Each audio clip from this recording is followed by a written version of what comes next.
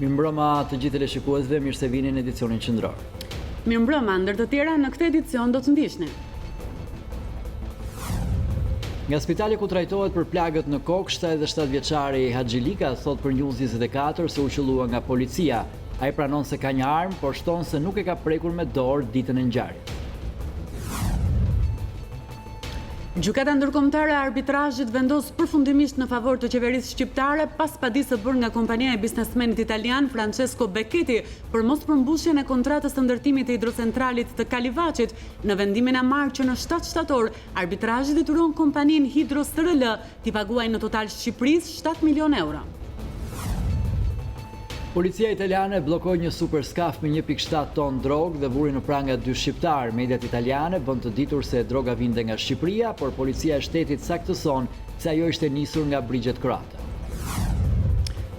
Një irish shqiptar tregon se vllai u vra pasi shpëtoi nga dhuna e ish të dashurit një vajze italiane. Zefi Pizzaku kërkon dënimin maksimal për italianin që po mundohet i shpëtojë drejtësisë. U krye sot fluturimi i parë i avionit të linjës Air Albania dhe 80 studentë ekselent ishin udhëtarët e parë. Partia Demokratike deklaroi se Air Albania nuk ekziston si kompani e licencuar për fluturime. Shoqata e përpunuesve të dritrave thot se buka prodhohet me miell që ka proteina të ulta, ndërkohë mjekët theksojnë se buka me këtë lloj mielli shkakton rënje imuniteti, infeksione dhe anemi.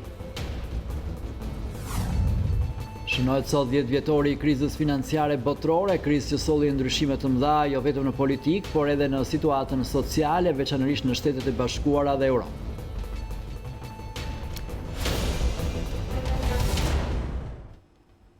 Këto ishin disa prej zhvillimeve kryesore, flasim tani gjërësisht. 77 vjeçari Haxhilika, i cili u plagos mëngjesën e së premtes gjatë kohës kur policia rrethoi banesën e tij në Remas të Lushnjës, rrëfen ngjarjen për News24. Ai mohon të ketë patur armë në çastin e plagosjes, ndërsa djemtë e tij sigurojnë se nuk kanë asnjë njohje me persona të kërkuar.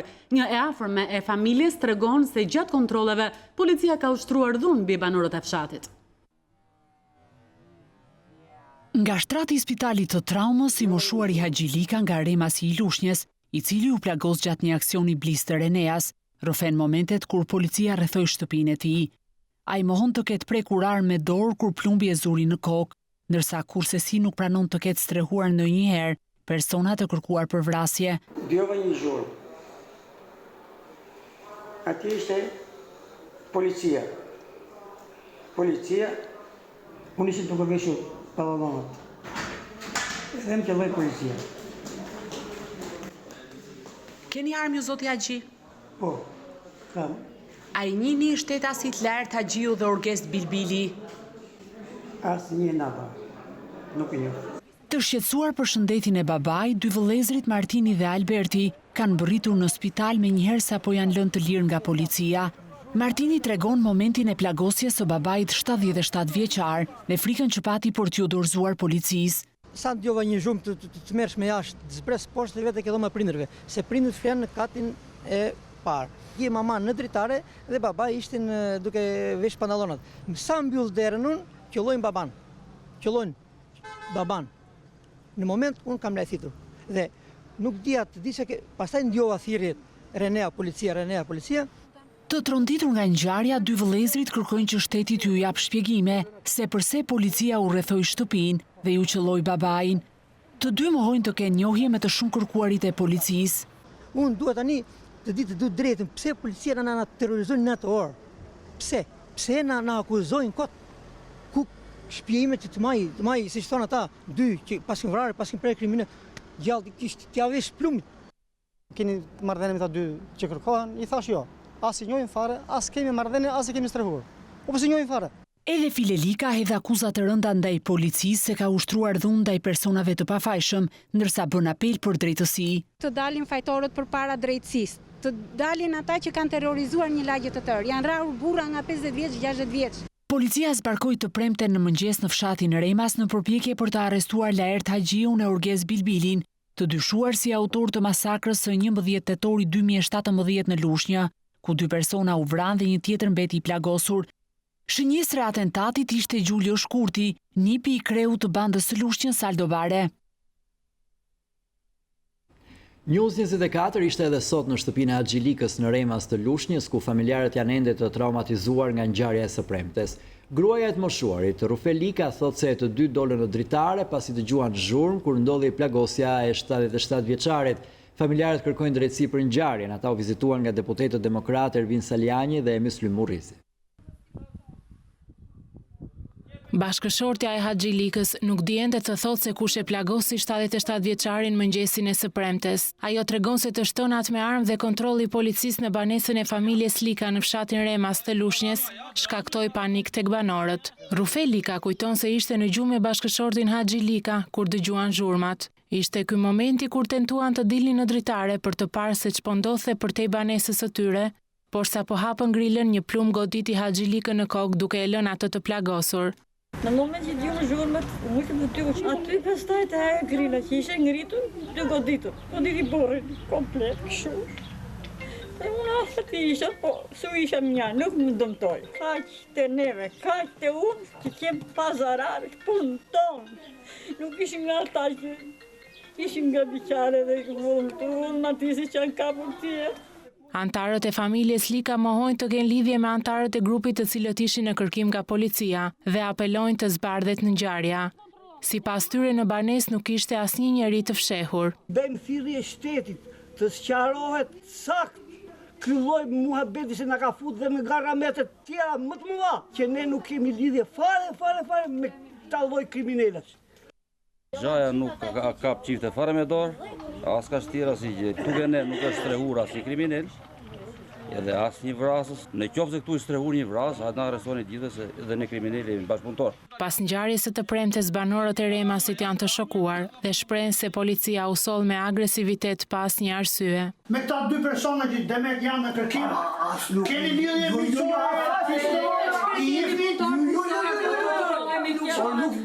Nuk kemi fare fistore fare. Po me çfarë goditën këtu? Me shkelmë. Me shkelmë. Me shkelmë. Po. Ajto. Pse nuk vjen në Shkodër? Pse nuk vjen në Lushnjë, në qytet? Me bandat e Aldo Baras. Pse nuk përballen këta në mënyrë drejt për drejt me hakmarrjen për drejtësi? Pse nuk përballen këta me vllajën e kryeministrit? Po me bandat e vllajit ministrit brendshëm, pse nuk përballen këta? Ata vinë te ju që jeni punëtor, që punoni, që jeni të pamundur, sepse janë të pafuqishëm, janë të tredhur për të përballur me bandat ata. Këta janë fiksa ajo shpreha që vinë të vrasin natën edhe të çajin edhe ditën.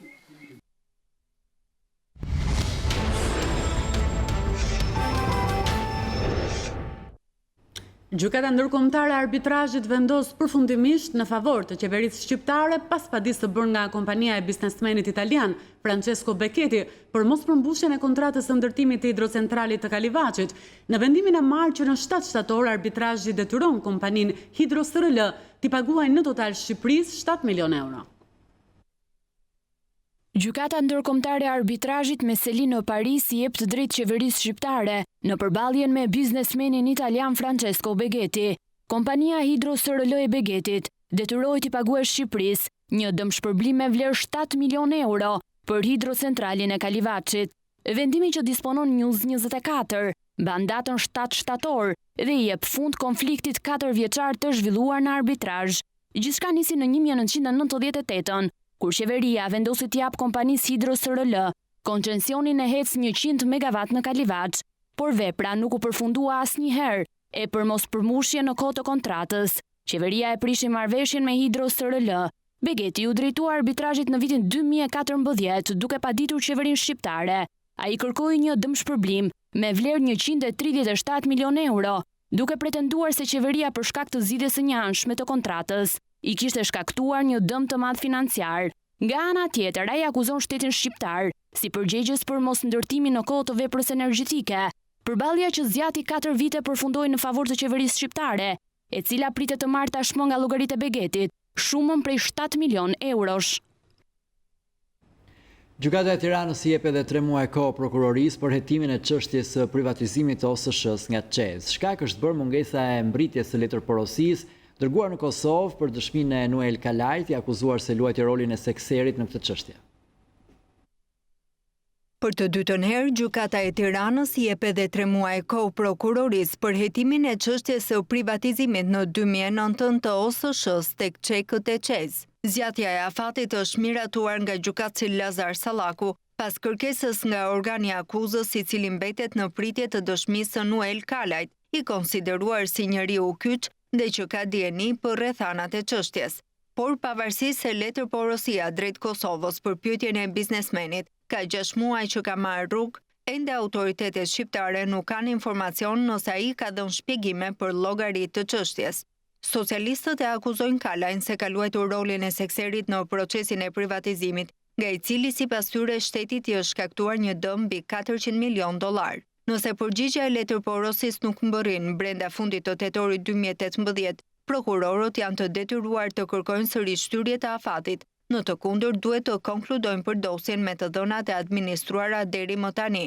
Gjasat janë që hetimet të zvarriten jashtë çdo afati, nisur kjo nga fakti se shumë dosje të nxehta kanë mbetur peng i letërporosisë. Hetimet ndaj ish-ministrit të Brendshëm Sajmir Tahiri mbeten të hapura për shkak se priten përgjigjet e 2 letërporosive, njëra prej të cilave nga Mali i Zi. Më herët krimet e rënda pezulluan dosjen për Arbër Çekaj, pas dyshimeve se tentoi të trafikonte 93 kg kokainë nga Ekuadori. Autoritetet e vendit të Amerikës Latine nuk ju përgjigjën asnjëherë drejtësisë shqiptare. U krye sot fluturimi i parë i avionit të linjës Air Albania. 80 studentë ekselent u përzgjodhen për të qenë udhëtarët e parë drejt Stambollit me avionin që mban emrin Lazgushi dhe Rama i uroi udhëtim të mbar. Partia Demokratike nga ana e saj deklaroi se Air Albania nuk ekziston si kompani e licencuar për fluturime. Nisi fluturimi në avioni i parë i Air Albania, që mban emrin e poetit ton të dashur Lazgush Poradeci. 80 studentë ekselent u përzgjodhen për të udhëtuar drejt Stambollit me kompaninë e parë ajrore shqiptare, ku aksioner është edhe shteti shqiptar. Gjatë ceremonisë në Rinas përpara ngritjes së avionit nga toka, kryeministri Rama tha se 80 studentët ekselent janë këmba e mbar për të nisur historinë e fluturimeve të kompanisë së parë ajrore shqiptare. Është një fluturim simbolik gjatë gjithë muajt. Do jenë disa të tillë, na shkoj mendja tek ju, sepse jeni fytyra e ndritur e gjeneratës tjetër dhe meritoni që të keni të gjithë vëmendjen dhe të gjithë respektin. Jam i bindur që jeni këmba më e mbar që mund të gjendej në këtë vend për kompaninë tonë të flamurit. Kryeministri u ngjit në bordin e avionit dhe duke marrë në dorë mikrofonin e stewardëve, ju uroi pasagjerëve të parë rrugën e mbar. Silluni mirë atje. Janë marrë gjitha masat që të keni një ditë shumë bukur, edhe mirë se të ktheheni që të gjithë për vitin e ri shkollor. Rrugë mbar. Fluturimet e para të Air Albania do të jenë drejt Stambollit dhe pasi testimet të rezultojnë të suksesshme, fluturimet do të drejtohen edhe në qytetet kryesore europiane, si Roma, Londra apo Milano, dhe vitin tjetër edhe në New York. Sipas qeverisë, krijimi i kompanisë Air Albania do të ofrojë më shumë mundësi për fluturime low cost nga Shqipëria dhe do të rrisë konkurrueshmërinë. Avionët me stemën e flamurit shqiptar do të mbajnë emrat e poetëve tanë të shquar, Lazgushi, Migjeni dhe Noli. Partia Demokratike deklaron se Rama është duke mashtruar. Sipas PD-s, Air Albania nuk ekziston si kompani e licencuar për fluturime. Deputeti Endri Hasa poston këtë foto të tabelës së nisjeve të avionëve dhe shkruan se nga Rinasi u nis avioni TK-6888 i Turkish Airlines. Deputeti Hasa shkruan se Rama jep show që të harrohet vetingu, por vetingu sipas tij do të fluturojë Ramën nga zyra. Partia Demokratike akuzon kryeministrin dhe ministrin e Brendshëm se refuzojnë vetingun e politikanëve nga frika e zbulimit të lidhjeve me krimin e organizuar. Deputeti Enkeleda Libea i denoncoi favorizimin që sipas tij qeveria Rama i ka bërë kompanisë së lërave të fatit, pas së cilës qëndron vllai i ministrit të Brendshëm Agron Xhafaj. Reagoi menjëherë drejtori i komunikimit në kryeministri Endri Fuga. Për të dytën ditë radhasi, demokratët publikuan fakte që sipas tyre dëshmojnë se pas kompanive të lojrave të fatit, fshihet emri i vëllait të ministrit të Brendshëm Fatmir Xhafa. Shqiptarët duhet ta dinë se disa nga pikat më të njohura të basteve që u zhvasin parat shqiptarëve me vesin më shkatrues për familje shqiptare janë Ecobet, Baste Live, Eurolive, Basti Shqiptar, të gjitha këto të zotruara nga kompania prapas cilës qëndron vllai i Fatmir Xhafës, Agron Xhafa. Përmes një grafiku, Enkelejt Alibej sqaroi se si kompania e Agron Xhafaj ka rritur fitimet në mënyrë të ndjeshme përgjatë 4 viteve në pushtet të socialistëve. Nga një kompani bastesh, me të ardhura jo domethënëse për një biznes të tillë, kompania e Agron Xhafajt ka nisur rritjen galopante ditët e para të ardhjes në pushtet e Edi Ramës. Nga $1 milion në vitin 2014, të ardhurat e kompanisë së basteve të vllajit të ministrit brendshëm, janë 10 fishuar në 4 vite, duke shkuar në plot $10 milion në vitin 2017. Demokratët janë të bindur se pasuria maramëndëse që krimi ndan me pushtetin janë arsyeja sepse Edi Rama dhe Fatmir Xhafa refuzojnë vetingun e politikanëve. Drejtori i komunikimit në kryeministri Endri Fuga reagoi menjëherë pas akuzave të Partisë Demokratike duke i cilësuar të pabazë baltosjen që sipas tij prej 2 ditësh opozita po bën në adresë të Ramës dhe Xhafës.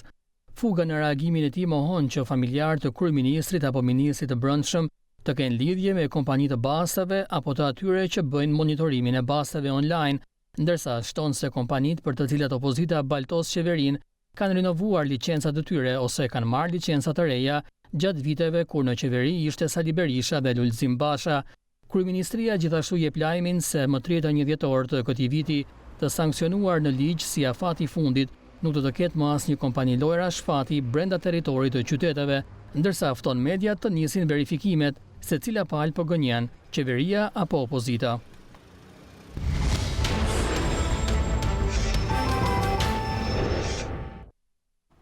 Pas një aksioni të gjerë nga deti dhe ajri, policia italiane ka blokuar një super skaf që ishte duke lundruar me 1.7 ton drog dhe ka vënë pranga 2 shqiptarët që ndodheshin në bordin e saj.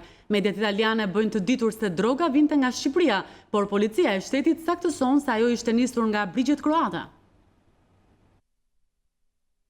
1.7 ton drogë tipit marijuan u kap mëngjesin e të shtunës në brigjet italiane të Vjestës në një super skaf në bordin e të cilit ishin 2 shqiptar.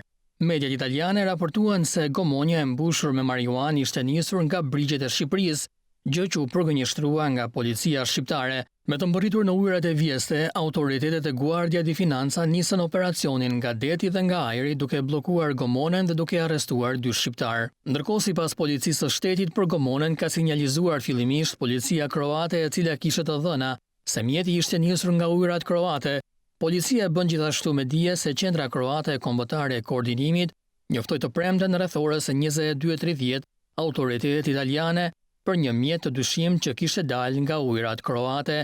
Gomonja u pikas nga Guardia di Finanza në zonën e Vjestës.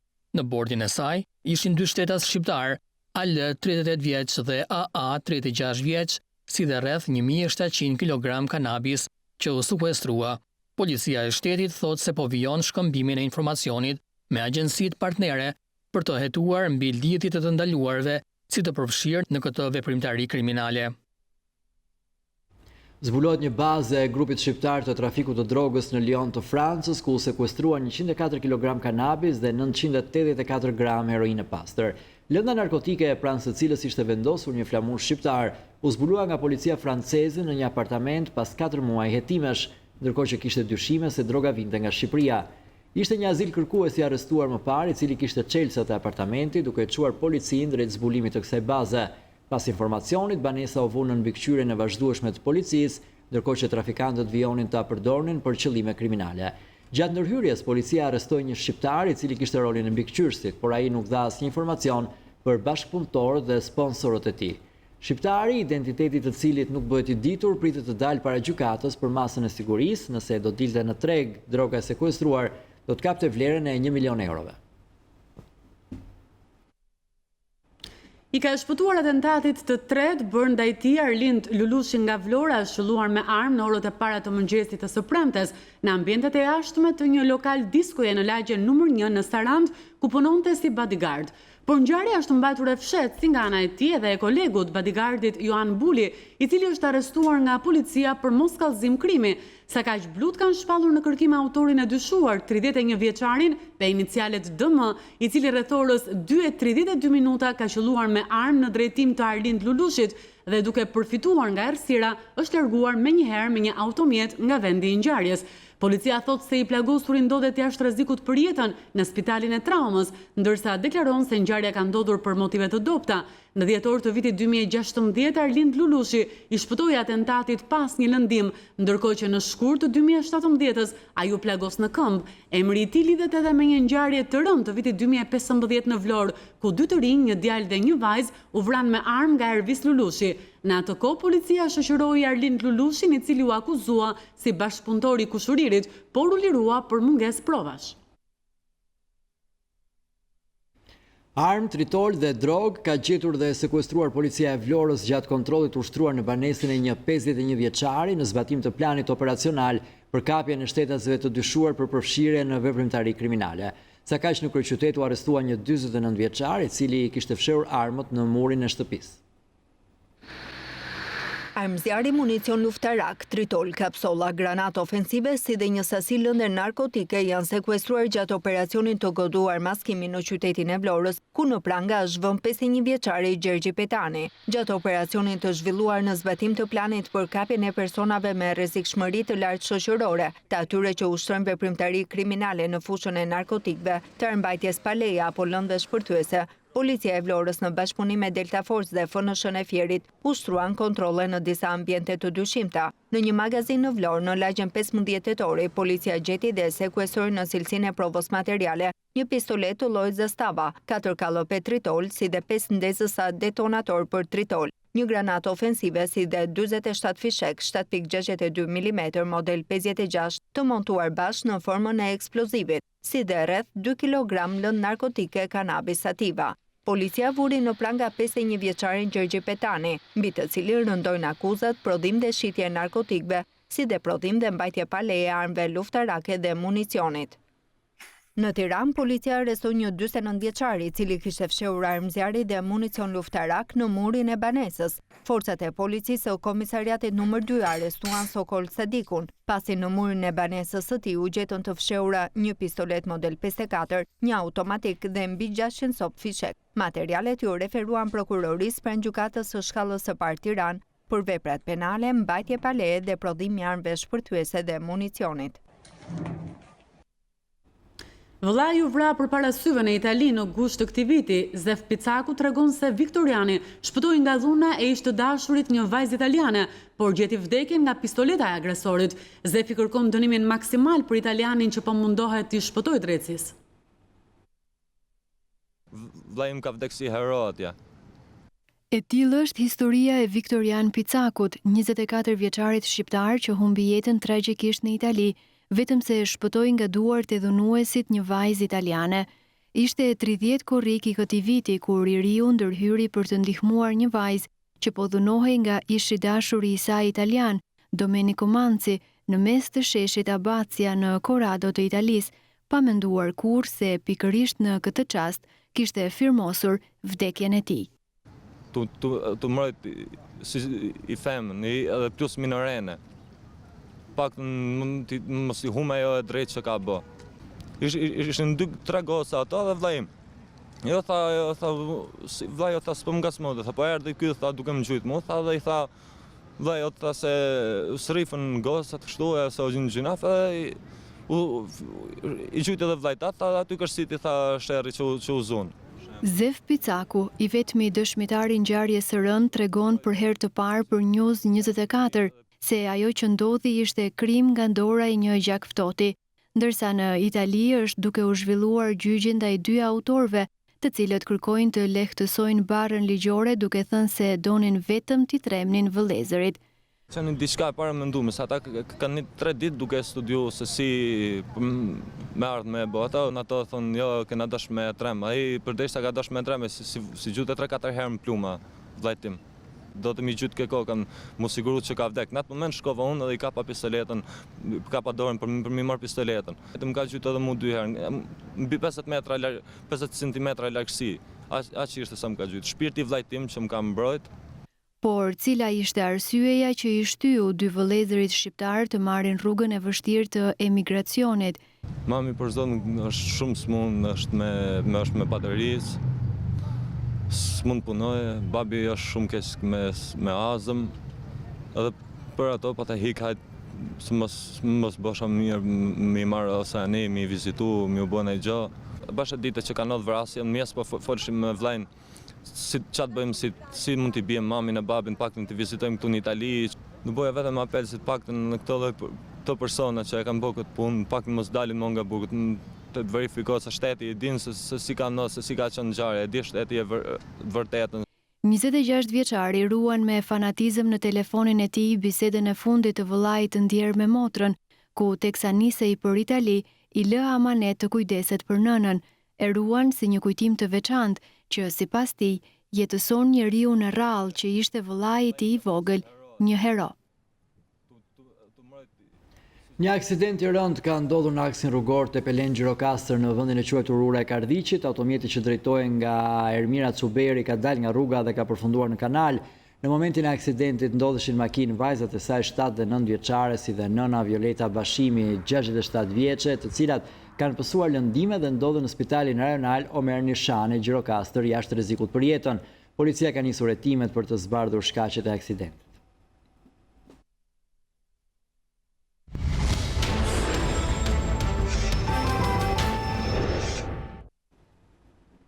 Antarët e Këshillit Bashkiak të Elbasanit janë bërë bashkë pa dallime politike në një protest kundër ndotjes nga rafineria e naftës. Kreu i Këshillit Bashkiak, si dhe përfaqësues nga Partia Socialiste dhe Partia Demokratike, apelojnë që të merren masa urgjente për këtë kompani e cila nuk zbaton rregulla teknike. Ndotja e shkaktuar në Elbasan nga rafineria e naftës ka bërë bashkë antarët e Këshillit Bashkiak të këtij qyteti, të cilët kanë protestuar në hyrjen kryesore të kësaj rafinerie. Kryetari i Këshillit Bashkiak, njëkohësisht edhe përfaqësuesi i LSI Altin Idrizi, u shpreh se kjo është përpjekja e parë për të ndalur katastrofën mjedisore në Elbasan. Idrizi kërkoi respektimin e ligjit dhe vendosjen në punë të filtrave. Këshilli Bashkiak i Elbasanit nuk do të ndaloj vetëm me këtë protest, por do të vazhdoj shkallë derisa këto operator, këto ndotës të ambientit që po na marrin frymën, po na marrin dhe jetët në Elbasan, të reagojnë, të zbatojnë kriteret ligjore, të vendosin filtrat, bën një kujdes më të madh për ambientin, sepse ato kanë ardhur këtu ndërsa ne jetojmë çdo ditë. Si përfaqësuesi i grupimit të majtëve, Bukurosh Stafa i bëri apel operatorëve industrial të mos bëjnë kompromis me jetën e qytetarëve, duke kërkuar të merren masa urgjente nga rafineria. Dhe unë flas në emër të grupit socialist për t'i kërkuar këtyre industrialistëve, jo vetëm këtyre të fabrikës këtu, po dhe uzinave të Ferrochromit dhe uzinave të tjera, që ne duam qytetin të pastër. Kërkojmë me forcë që të merren masa urgjente, veçanërisht nga kjo fabrikë që shikoni këtu, për ndotjen e ajrit dhe ndotjen e ujit. Bledi Himçi, përfaqësuesi i Partisë Demokratike në Këshillin Bashkiak, vuri theksin të numri i lartë i personave të prekur nga sëmundjet tumorale në Elbasan. Himçi u shpreh për Ministrinë e Mjedisit dhe masat minimale të marra prej saj. Qyteti i Elbasanit mbahet si numri 1 i sëmundjeve kancerogjene, pikërisht për shkak të këtyre operatorëve ndotës, të cilët operojnë në qytetin e Elbasanit jashtë çdo lloj kushti teknik. Ministria e Mjedisit ende nuk ka marrë një hap shtrëngues ndaj këtyre operatorëve, keqardhje për ministrin, keqardhje gjithashtu edhe për të gjithë drejtorinë e mjedisit në varësi për Bashkinë e Elbasanit. Bashkia e Elbasanit prej disa muajsh ka bërë kallëzim penal ndaj rafinerisë së naftës si një nga ndotësi kryesor të ujrave nëntoksor me mbetje toksike. Pavarësisht këtyre ndërhyrjeve, situata në Elbasan vijon të jetë e njëjtë dhe qytetarët të thithin ajrin e ndotur. Për prodhimin e biskotave në vendin tonë nevojiten vetëm 3.000 ton miell në vit me proteinë 9.5%, por vitin e kaluar janë importuar në Shqipëri 149.000 ton miell i tillë nga Serbia dhe Kosova. Sipas shoqatës së përpunimit të dritrave, ky miell është përdorur për prodhimin e bukës. Ndërkohë mjekët theksojnë se konsumimi i bukës me proteina të ulta shkakton rënje imuniteti, infeksione dhe anemi. Rreth 146.000 ton miell importuar nga Serbia e Kosova me proteinë të ulët prej 9.5% është përdorur për prodhimin e bukës në vendin tonë. Ndërkohë, standardi shqiptar për bukën duhet të jetë minimumi 11% proteinë. Shifrat alarmante zbardhen nga Murat Klobocishta, antar i shoqatës së përpunimit të drithrave në Shqipëri. Sipas tij, në 2017 është importuar plot 149.000 ton miell, i destinuar për industrinë e biskoterisë, në një kohë që nevojat për këtë të fundit janë vetëm rreth 3.000 ton në vit. Po shohim statistikat e drejtorisë përgjithshme dogane, nga Serbia dhe Kosova në importuar vjet 149.000 ton. Nëse do flasim për biskoteria nuk ka nevojë më shumë se 2.500 ton miell. Do thotë që gjithsesi tjetër ka shkuar për prodhim buke dhe ai miell për prodhim buke, që është me proteinë 9.5%, nuk është i përshtatshëm. Duhet të përcaktohet dhe të ndiqet ku shkojë, do shkojë për prodhim biskoterie dhe të ndiqet shkon për prodhim biskoterie apo nuk shkon. Sepse gjithë loja këtu bëhet. Nëse një person konsumon bukë që përmban më pak proteina se 11%, do të shfaqen jo pak problematika në organizmin e tij. Profesor Enver Roshi, ish drejtori i SHP-s dhe pedagog në Fakultetin e Shëndetit Publik, shprehet se konsumimi bukës me proteina të ulta shkakton rënien e imunitetit të njeriut. Si pasoj, trupi është më i predispozuar për të prekur nga infeksionet, e veçanërisht ato të rrugëve respiratore. Sipas mjekut, personat që konsumojnë më pak proteina se ç'duhet, mund të shfaqin edhe probleme me anemin. Barrierat kryesore janë ulja e rezistencës edhe shfaqja e infeksioneve respiratore apo infeksioneve tjera të lidhura me proteinat. Fillon dhe anemia shfaqet dukshëm këtë. Dhe mungesa e marrjes proteinave është fenomen i vendeve të varfëra, ku bazë kanë vetëm bukën. Roli i proteinave në organizmin e njerit është jetik. Pa proteina nuk ka jetë. Tani le të shohim se cili është mendimi i qytetarëve mbi cilësinë e bukës që konsumojnë. Ka shumë përzierje. Nuk ka proteinat mielli që vjen dhe që i pam të gjitha dhe ka mashtrimin e pronarëve të furrave të bukës. Për bukën s'ka më keqme.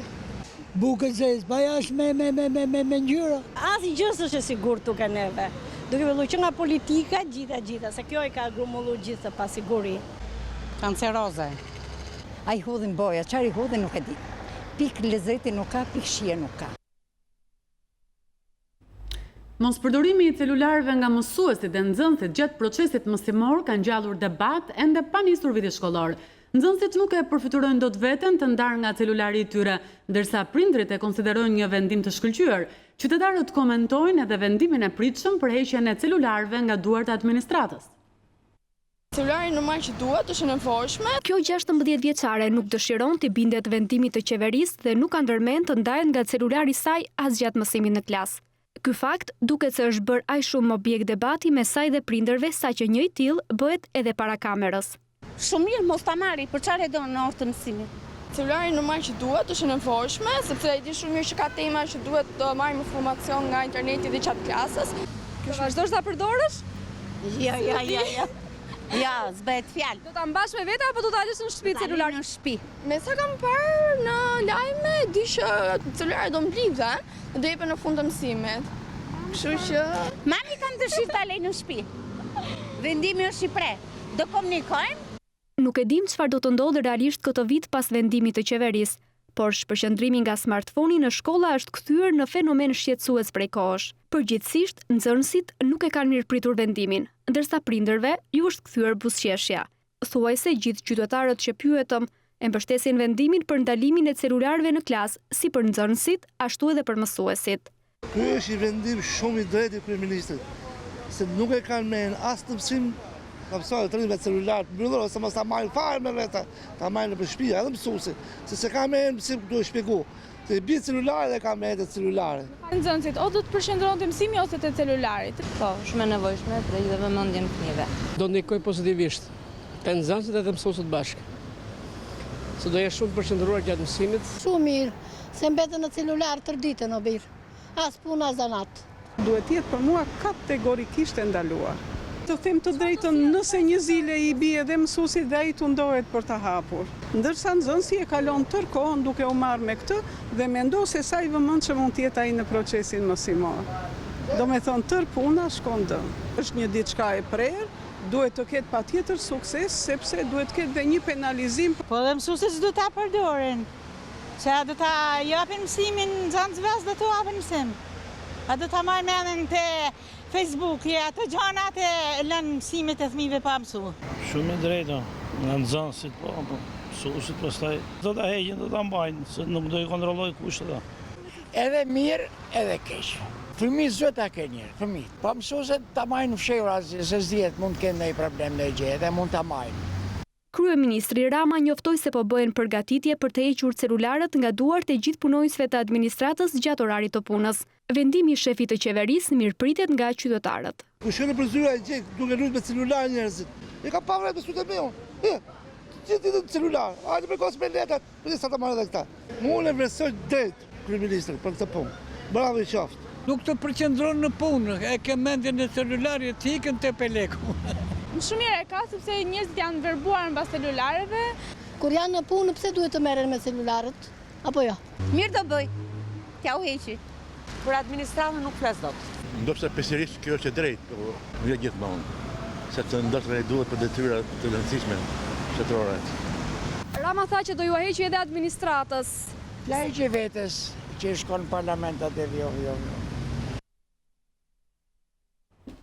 Vendimi për celularët në shkolla nuk është pritur pozitivisht nga kryetari i sindikatës së arsimit në Shkodër. Arjan Peraj thotë se Rama e bën këtë për të hequr vëmendjen nga kërkesa për rritjen e pagave të mësuesve. Kryetari i sindikatës së arsimit në Shkodër hedh akuza në prag të sezonit të ri shkollor për Ministrinë e Arsimit dhe Kryeministrin Rama. Vendimin e qeverisë për heqjen e celularëve në shkolla për mësuesit dhe nxënësit, Arjan Peraj e quajtur një veprim që kryeministri e bën për të hequr vëmendjen nga premtimi i 5 viteve më parë për mosrritjen e rrogave të mësuesve. Mendoni se përdorimi i celularëve është gangrena e arsimit shqiptar? Sparit, ky është një veprim që kryeministri e bën për të hequr vëmendjen nga gënjeshtra e madhe që bën tash 5 vjet për rritjen e rrogave. Dhe është e turpshme që muajin tjetër me vendim qeveriet vendos që të mos rritë rrogët e mësuesave. Një tjetër shqetësim për kryetarin e sindikatës së arsimit në Shkodër janë edhe kontratat kolektive të mësuesve dhe që sipas tij drejtoria arsimore ka mbajtur një qendrim flagrant për këtë çështje. Ajo që na shqetëson më tepër është ne sot kemi në dorë një dokument të cilin ka shkruar Ministria e Arsimit që është kontrata kolektive. Kemi qenë shumë më mirë në momentin që kemi pas kontratë kolektive marrëdhënie me detyrimin arsimore. Në momentin e shkrimit të kontratës kolektive, e cila është përfaqësuesja e gjithë mësuesve të Shqipërisë, detyria arsimore ka marrë një qendrim flagrant, ka krijuar një mur me gjithë institucionet të cilat është detyruar me marrë partneritet.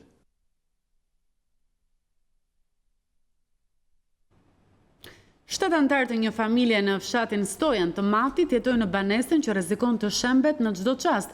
Banesa e Dot Brukës u godit nga tërmeti një muaj më parë dhe që prej asaj kohe është e pabanueshme edhe pse emergjencat ju kanë thënë se duhet të dalin nga kjo shtëpi, shtatë anëtarët e familjes nuk kanë ku të shkojnë dhe vijojnë të jetojnë me rrezikun.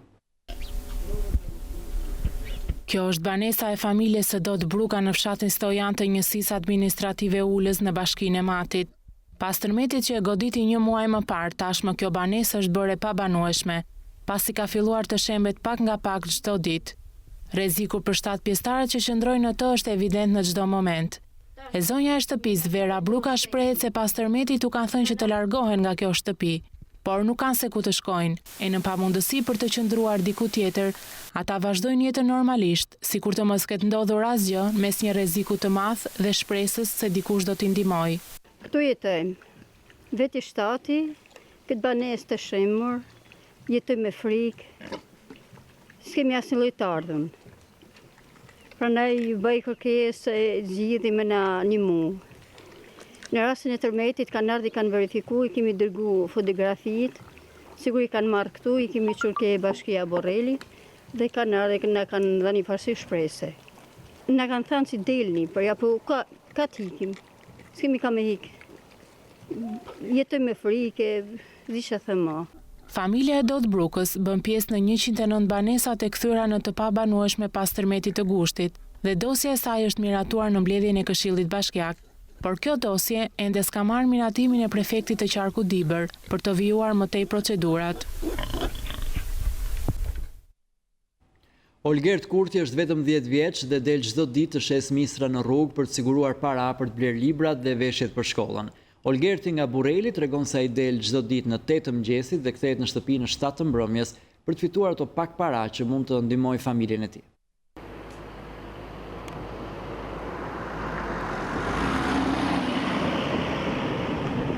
Kushdo që mund të kalojë në aksin Burrel-Tiranë është e pamundur të mos ketë parë në rrugë këtë fëmijë 10 vjeçar në vendin e quajtur Ura e Karicës. Ai është i mitur, ndërsa mundohet që të sigurojë të ardhura për familjen e tij e mbi të gjitha për të bler libra për shkollën që do të nisë të hënën. Olgerti thotë se prindrit i ka të papunë dhe gjendja e vështirë ekonomike e ka detyruar që të dalë çdo ditë në orën 8 të mëngjesit e të kthehet në shtëpi në orën 7 të mbrëmjes për të siguruar ato pak lek për familjen. Pse ke del tu? Për me shit mistra, se nuk na me bo lek me ble robat e libra. Sa pjesëtar jeni në familje? 4. Mami dhe babi janë pa punë. Unë kom dalë vetëm këtu, që në 8 njësi den 7 darkës. Vazhdo për ditë apo në këtë punë? Po, për ditë. I veshur me këpucë të grisura dhe me një pamje të pafajshme, Olgerti shpreson që dikush të ndalet dhe të blejë një misër që do t'i sillte pak para në xhepin e tij. Kryeministri i Kosovës Ramush Haradinaj dhe Ministri i Turizmit dhe Mjedisit Blendi Klosi janë bërë bashkë në Kosovë, ku ka nisur pastrimin e lagjes Kalabria. Kryeministri i Kosovës Ramush Haradinaj dhe Ministri i Turizmit dhe Mjedisit Blendi Klosi hapën zyrtarisht aksionin të pastrojmë Kosovën në lagjen Kalabria. Kryeministri Haradinaj falenderoi ministrin Klosi për praninë dhe mbështetjen në këtë aksion ndërkombëtar për të pastruar mbetjet e 2 dekadave të mëparshme. Për 2 dekada është gjujt barllag, janë gjujt mbetje në gjithë venin. E fillojmë sot s'ke me unal pa e kry, po ma që ta krymë pra grumbullimin, hekjen e këtyre mbeturinave, barllogut, nuk keme leju ma me u gjujt barllag kështu. Veni ku jemi sot, Luan, ku është Luani, veni ku jemi sot do të kthehet në park. Pa do të jetë një park për fëmijën, për rinin. Ndërsa ministri Blendi Klosi garantoi mbështetjen për aksionet e përbashkëta në të 2 anët e bjeshkëve, me qëllim një mjedis të pastër dhe zhvillimin e turizmit. Ne këtu si institucione jemi për të mbështetur lëvizjen vullnetare të trinjve, lëvizjen vullnetare të shoqërisë civile, e cila edhe sot po dëshmon si në gjithë botën dhe në Shqipëri dhe në Kosovë, që janë për mjedisin, janë për pastërtinë, janë që ne të kemi një mjedis të pastër, por në radhë parë të kemi një jetë qëndrueshme. Ministri Klosi është i shoqëruar nga të rinjt vullnetar të Tiranës dhe Durrësit.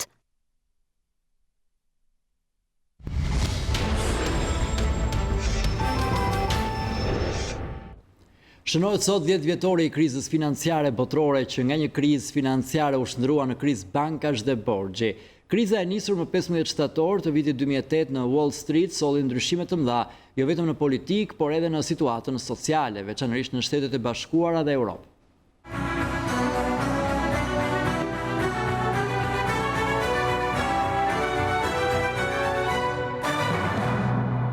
Shënohen sot 10 vjet nga nisja e krizës financiare botërore që ndryshoi këndvështrimin rreth ekonomisë dhe financave. Ishte 15 shtatori i vitit 2008 kur një prej institucioneve kryesore financiare, Lehman Brothers, shpalli falimentin, duke nxitur një krizë financiare edhe më të rëndë se ajo e depresionit të madh të vitit 1929-1930. Një dekadë më vonë, rënja Lehman Brothers dhe recesioni global që pasoi vazhdojnë të ndikojnë gjithçka që nga politika e deri tek situata sociale. Ajo që fillimisht ishte një krizë financiare, u shndërrua shumë shpejt në një krizë bankare dhe një krizë borxhi, duke ndikuar drejt për drejt në ekonomi. Edhe pse kriza ekonomike pati zanafillën në Shtetet e Bashkuara, ky vend ishte i pari që të i kalojë situatën e vështirë dhe sot niveli i papunësisë ka shënuar rënje të ndjeshme, por nuk mund të thuhet të njëjta gjë për Europën, e cila vijon të vuaj pasojat, veçanërisht Greqia, e cila vetëm në muajin gusht njoftoi se kishte kaluar krizën pas një sër masash të forta ekonomike nxitur nga Fondi Monetar Ndërkombëtar dhe Bashkimi Evropian. Ndikimi më i dukshëm politik i krizës financiare ishte humbja e besimit tek jashtëquajturi, establishment apo politika tradicionale. Zemërimi ndaj paketave të kursimit i hapi derën politikave më radikale të forcave të së djathtës dhe të majtës ekstreme. Premtimi i Trump për të tharë moçalishtën bëri që votuesit të tengopen me ndikimin e Wall Street në politikat e Washingtonit duke i dhënë besimin një biznesmeni i cili gjatë fushatës doli përtej kornizës, duke thënë gjërat që njerëzit të dëshpëruar donin të dëgjonin. Në Europë, situata mjaft e rëndë financiare që goditi kryesisht shtresën e mesme, bëri që në pushtet të vinë forcat ekstreme gjithashtu, edhe pasojat sociale ishin të mëdha. Gjatë kësaj dekade që prej nisjes së recesionit, numri i lindjeve ra në mënyrë të ndjeshme, veçanërisht në Shtetet e Bashkuara të Amerikës edhe në Europë.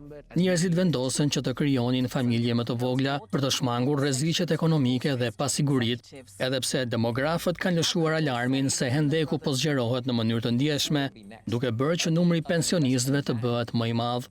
Kriza financiare gjithashtu ka dëmtuar besimin tek njëri tjetri. Sipas një studimi, vetëm 19% të anketuarve vjen dakord me shprehjen se në përgjithësi shumica njerëzve mund të besohen, krahasuar me 31% që e besonin këtë shprehje përpara nisjes së recesionit.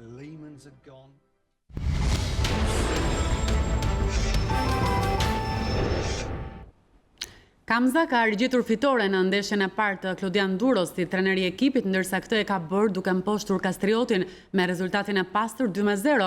Rolovic dhe Fukui ishin autorët e golave, ndërsa Kamza ngjitet në kuotën e 6 pikëve. Kamza rikthehet e fitoria dhe mposht Kastriotin me rezultatin e pastër 2-0, duke bërë që Klodian Duro ta nis me këmbën e mbar aventurën e tij të re. Blut sigurojnë 3 pikët që në pjesën e parë duke vënë me shpatulla pas murit krutanët, të besuarit e Plorit. Pësojnë humbjen e 3 të radhazi, edhe pas atij starti shumë të mirë me luftëtarin, tashmë nuk po gjejnë pik. Kamza e gjen veten shpejt në avantazh kur në minutën e 13 topi i harkuar nga Mehmeti përfundonte Rolovic, që gjuan duke gjetur rrjetën e Kukës. Për ta vënë rezultatin në kasafort mendon japonezi Fukui, që shërbehet mjaft mirë nga plaku dhe pasi triblon edhe portierin Kuka. Shënon duke çuar Kamzën në pushim në avantazhin e 2 golave. Kastrioti nuk ka forcë që të ndryshojë fatet e ndeshjes në 45 minutat e dyta, ndërsa skuadra e Duros mbron rezultatin duke arkivuar 3 pikë, që e ngjisin në 6 pikë, po aq sa Partizani, ndërsa Kastrioti mbetet në vendin e 8 me 3 pikë. Dënimi i Skënderbeut nga UEFA ka ndryshuar edhe hierarki në Super League sa u përket financave. Pas një dominimi të gjatë të skuadrës korçare, tashmë vendin e parë si më e kushtueshmja në kampionatin shqiptar ka marrë skuadra Kuksit, ndërkohë në këtë klasifikim nuk mungojnë edhe surprizat. Dënimi UEFA-s nga Skënderbeu ka pasur një impakt jashtëzakonshëm në ecurinë e klubit korçar dhe në vlerën e tyre totale në tregun e transferimeve. Skënderbeu dominoi skemën në futbollit shqiptar për një dekadë, duke shndërruar në një klub elit, një klub me një organizim perfekt, i cili më pas u reflektua edhe në suksesin e tyre në arenën ndërkombëtare. Rënia e klubit korçar nisi më njëherë pas dënimit të UEFA-s, dënim ky i cili bëri që nga radhat e klubit të largoheshin më njëherë shumë titullar si Ali Sowe, Lilej, Gavazaj, James, Micia Osmani. Lojtarët e cilët jo vetëm kanë lënë një boshllëk të madh në formacion, por kanë ulur ndjeshëm vlerën e klubit në tregun e transferimeve. Sipas Transfermarket, aktualisht vlera e klubit të Skënderbeut shkon në 4.15 milion euro, ndërsa një sezon më parë vlerësohej me 8.12 milion euro. Një rënje e cila ka bërë që Skënderbeu të rënditet në vendin e 5 në këtë klasifikim, ku përllogaritet vlera e kartonit të lojtarëve. Aktualisht këtë listë kryeson Kuksi me 5.8 milion euro, ndërsa e ndjek Partizani me 5.03 milion euro. Interesant është fakti që në vendin e 4 të rënditet Laçi, një skuadër e cila ka në përbërë shumë lojtarë të rinj, por vlera e tyre në total shkon në 4.93 milion euro. Pas Skënderbeut në vendin e 6 rënditet Tirana me 4.08 milion euro, ndërsa mbyll klasifikimi Kastrioti me 1.85 milion euro. Kemi ardhur kështu në fund të këtij edicioni informativ. Faleminderit që na ndoqët. Për shumë të tepër klikoni në balkanweb.com, do të gjeni atje lajmet më të fundit, drejt për drejt mund të ndiqni News24, Radio Shqiptare dhe të lexoni online gazetën shqiptare. Natën e mirë. Mirupafshim.